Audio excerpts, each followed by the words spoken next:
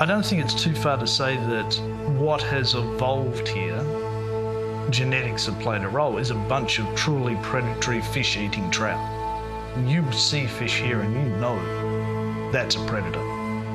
You can pick a white river trout from those jaws. You know it's a killer.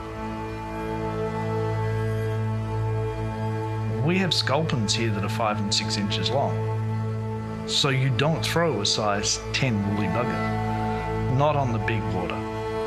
Throwing a size 10 woolly bugger at 24,000 CFS is really like peeing into the Pacific Ocean.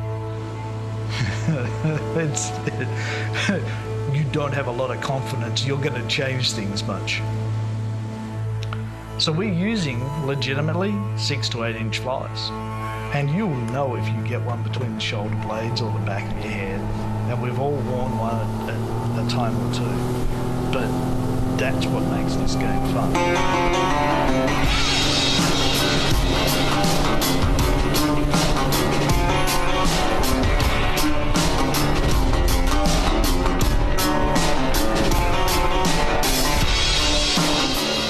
This is not easy. I mean, you're casting in amongst big trees, overhanging trees.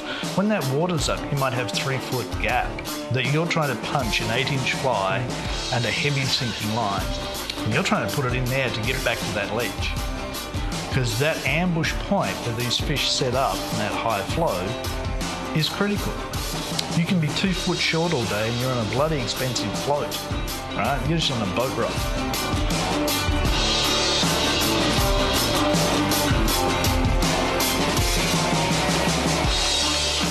I want a rod with power, I want a rod with accuracy, I want a rod that's light.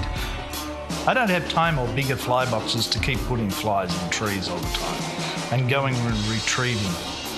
I'm not going to catch any fish. What I need is a rod that I pick up and come down a bank at speed, and I have the complete control over where that fly and fly line's going.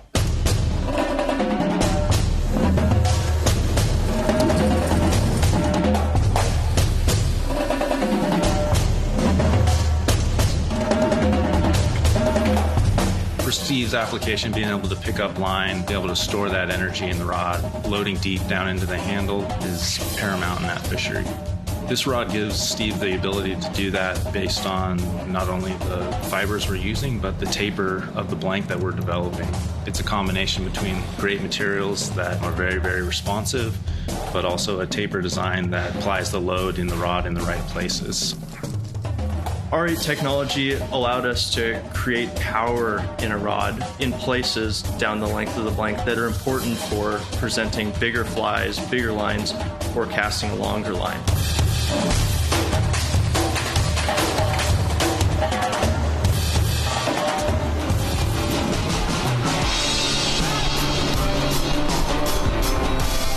I don't need pretty colors, I don't need bells and whistles.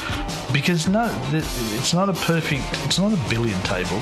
Nothing's flat and even and nice. There's wind, there is trees, there is rocks, there is boulders above and below ground. Damn it, I want that fly on the bank, and I'm going to want it now.